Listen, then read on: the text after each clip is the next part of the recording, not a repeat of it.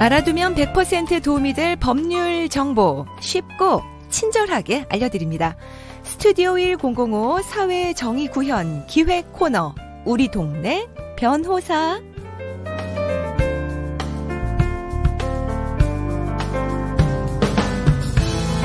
법무법인 법승의 이승우 변호사와 함께합니다. 변호사님 안녕하세요. 네, 안녕하세요. 네. 6월에 기억나는 곳 말씀하시니까 6년 전에 네. 제가 이 과천 이사 오면서 네네.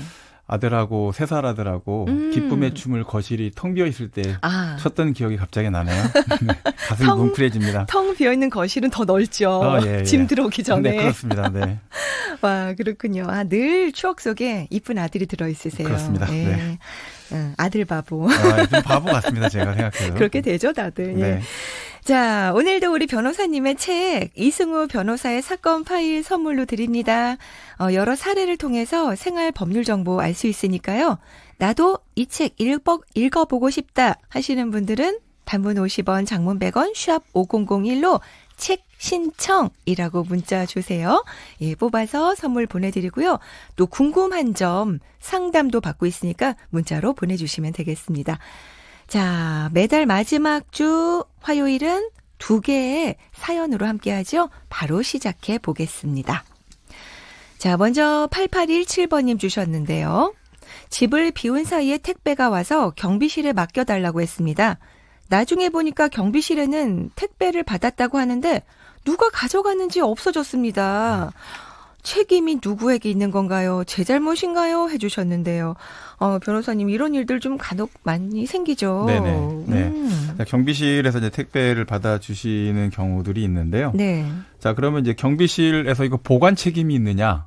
이게 이제 법적으로 보관 책임이 있느냐? 이 문제가 이제 되거든요. 예. 자, 관행이 그렇게 성립됐다 하더라도 경비실에서 택배를 받아줘야 될 의무는 없어요. 이제 그러다 보니까 뭐 특별히 뭐 경비업체하고 또 택배업체하고 서로 뭐 계약을 한 것도 아니죠. 그렇죠. 자, 그러다 보니까 경비원에게 택배와 관련돼서 분실해도 책임을 물을 수가 없습니다. 네, 법적인 책임은 없어서 자, 이제 제일 중요하신 게 택배가 도착했다. 경비실에 왔습니다. 그러면 네. 며칠씩 두셨다가 찾아가시면 안 되고요. 즉각 찾아가셔야 되고 또 이 분들 중에서 보면은 이제 그런 공간에 CCTV 같은 게 설치가 안 돼 있을 때들도 종종 많거든요. 네네. 그럼 잘못 가져가시는 분들도 있고 그냥 뭐 그런 경우들이 생길 수 있어서 책임을 물을 수는 없다. 기억하셔야 될 것 같습니다. 일단 경비원님에게 책임 물을 수는 없어요. 네. 그러면은 택배 회사 아니면 물건을 시킨 뭐 수령인 누구 책임이죠? 자, 이제 간단한 건데요. 동의를 했냐 안 했냐 이 문제가 있습니다. 네. 자, 수령인이 택배 기사한테 경비실에 맡겨주세요라고 하면 이제 제3자한테 맡겨달라고 이렇게 정한 거죠. 문 앞에 놔주세요. 이렇게 이제 택배를 보관하는 것에 동의했다. 이렇게 되면은 분실하게 됐을 때는 내가 이렇게 수령하겠다라고 한 거니까 수령하신 분한테 책임이 있습니다. 그래요. 자, 근데 그게 아니고 물어보지도 않았고 답도 안 했는데 택배 기사 아저씨가 그냥 알아서 뭐 경비실에 두고 가겠다 이렇게 되면 그 수령인은 수령을 아직까지 하겠다는 의사표시가 없었으니까 장소 지정 없는 상태니까 분실 책임을 택배 회사가 지게 됩니다. 그러면 택배 기사님이 사전 연락 없이 택배를 문 앞에 두고 그냥 가셨어요. 그런데 없어졌다. 그러면 배상의 대상이 되신다는 얘기예요? 그렇죠. 해당 내용 관련해서 택배라는 거는 사실은 직접 손에서 손으로 예전에 건네줬잖아요. 그렇죠. 기억나시죠? 네네네. 처음에 했을 때요. 또 와서 막 문 두드려서 누구세요 하면 꼭 얼굴 만나서 대면으로. 얼굴 만나서 사인 받고 맞아요. 그럴 때가 있었는데 자, 이제 이렇게 하지 않지만 택배를 그냥 마음대로 문 앞에 두고 갔다라고 한다면 손해배상 받을 수가 있고요.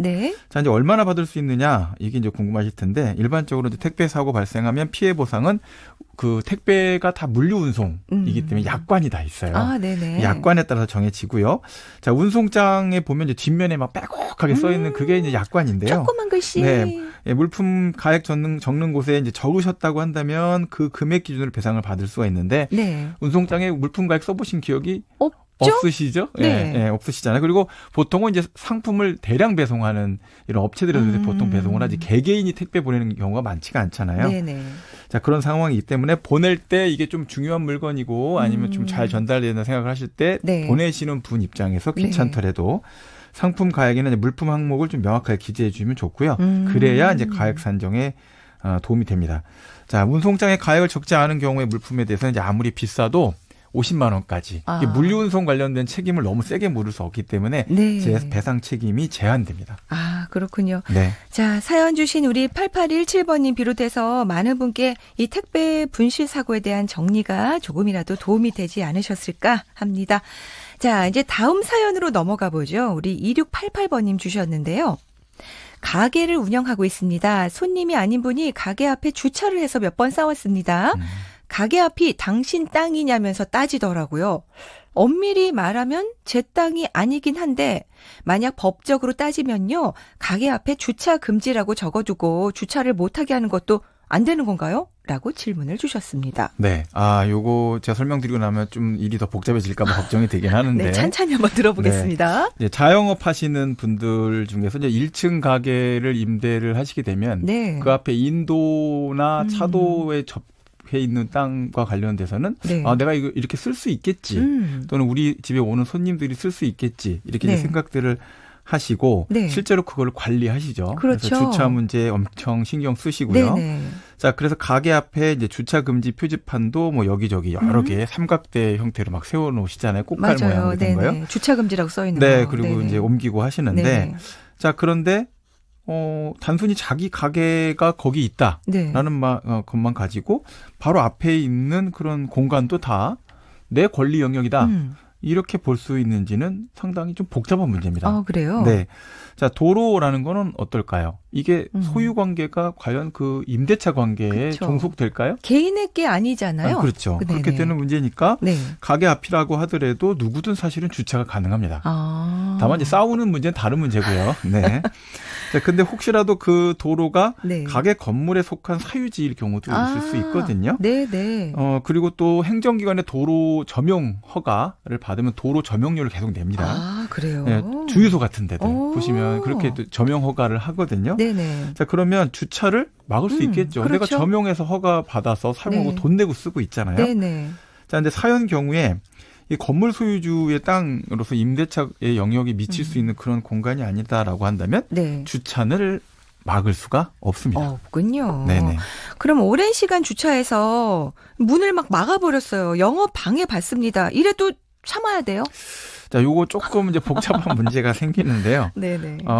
고소를 한다. 그러면 이제 영업 방해가, 업무 방해가 성립이 돼야 되겠죠. 네. 제일 중요한 거는 여기에서 범죄라는 건 항상 이제 고의적이었느냐, 뭔가 의도가 있었느냐, 네네. 이게 중요하겠죠. 근데 네. 의도는 없었고 주차할 때 신경 못 써서 했다고 네. 한다면 신고했다 하더라도 네네. 이렇게 얘기하겠죠. 네. 상대방이 영업 방해하는 되는 줄 몰랐어요. 이게 증명이 안 되면 이제 처벌할 수가 없는 거죠. 네. 자, 그래도 너무 악의적으로 이제 반복적으로 입구를 막는다. 이거는 네. 사실은 영업 방해가 성립될 수밖에 없습니다. 아하. 자, 이후에도 주차를 계속 반복할 때 어떻게 해야 되느냐? 차주에게 차량이 가게 입구를 막아서 가게 운영하는데 너무 방해가 된다. 네. 여기 이렇게 주차하지 말아달라. 반복적으로 이렇게 일어나고 있는데 네네. 해당되는 내용 CCTV 확인해 갖고 신고하겠다. 이렇게 얘기를 하실 필요가 있고요. 네. 자, 보낸 문자 근거로 업무 방해한다는 거 알면서 계속 주차했다라는 점으로 고소를 진행할 수 있게 됩니다. 네, 그렇군요. 이 주차 문제는 정말 어렵습니다. 그렇죠. 그래서 지금도 이런 의견이 들어왔어요. 식당 갔는데 주차장이 없는 식당. 여기는 몇 시부터 몇 시까지 단속 안 해요. 주차하셔도 돼요. 그래서 사장님 얘기 듣고 주차를 했어요. 네. 알고 보니 단속에 걸렸어요. 네. 이런 상황에서 사장님께 책임이 있을까요? 없을까요? 이런 지금 문자가 들어왔어요. 제가 생각할 때는 저 네. 문자 말씀하셨다. 네네. 말씀만 갖고는 사실은 증명이 안 될 수가 있어요. 근데 증명이 된다라고 네. 하면 책임이 있을 수 있죠. 그리고 단속 관련돼서 100% 다 물을 수 있느냐? 네. 그거는 좀 다른 문제인데 네. 법적으로는 제가 생각할 때는 한 반 정도는 책임을 지셔야 되지 않을까 생각이 듭니다. 반반. 네, 반반 정도는. 그리고 계속적으로 사장님이 이 시간대에는 단속 안 된다며요. 네. 그럼 단속된 거 관련돼서 사장님 믿고서 했는데 네. 나 단속돼갖고 과태료 뭐 4만 원 나왔어요. 그거 어떻게 해요? 계속 얘기하면 그 자체가 영업방해가 되기도 어려울 것 같아요. 네. 이제 그런 문제가 있어서 네. 저분에 대해서는 제가 이제 판사라면 네. 반은 책임을 져라. 그러나 전체를 다 책임지라고 하는 거는 네. 선생님도 너무 쉽게 믿은 거 아니냐. 단속반도 아니신데 이렇게 네. 말씀을 드려야 될 것 같습니다. 아, 그래요. 네. 뭐 이렇게 뭐 고수한 일까지 없는 게 좋겠지만 네. 예, 관련된 일들이 종종 이렇게 전해집니다. 그런 만큼 가게 앞 주차에 대한 법적인 부분 잘 기억해 두셨으면 좋겠습니다.